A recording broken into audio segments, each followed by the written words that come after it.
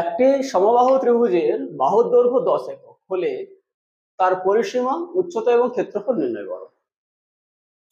কি বলেছিল? সমবাহু ত্রিভুজ, তার বাহুর দৈর্ঘ্য 10 একক।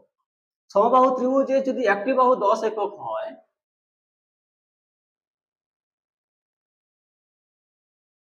তাহলে বাকি বাহুগুলো 10 একক হবে, কারণ সমবাহু ত্রিভুজের তিনটি বাহুর মান সমান হয়। প্রশ্ন কি বলেছে? তার পরিসীমা, উচ্চতা এবং ক্ষেত্রফল নির্ণয় করতে বলেছে। সমবাহু ত্রিভুজের পরিসীমা সূত্র কি জানি? 3 গুণিতক একটি বাহুর দৈর্ঘ্য। তাহলে পরিসীমা কি হবে? 3 গুণিতক 10 একক সমান 30 একক। একটা প্রশ্ন তো পেয়ে গেলাম। দ্বিতীয় প্রশ্ন বলেছে তার উচ্চতা কত হবে। উচ্চতা মানে কি? এই মধ্যমাই হচ্ছে উচ্চতা। তাহলে উচ্চতা কিভাবে পাবো? সমবাহু ত্রিভুজের উচ্চতা সূত্র কি ছিল?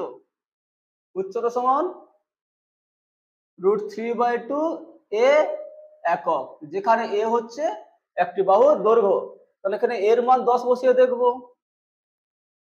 √3/10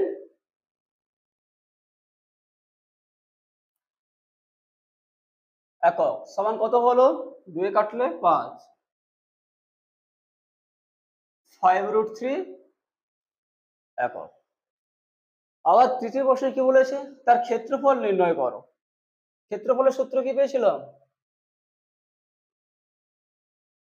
√3/4 a স্কয়ার বর্গ একক। তাহলে সমাধান করলে √3/4 ইন্টু a স্কয়ার, এর মান 10, তাহলে 10 এর স্কয়ার বর্গ একক। √3/4 ইন্টু 100 বর্গ একক। আর কাটাকাটি করলে 4 25 100,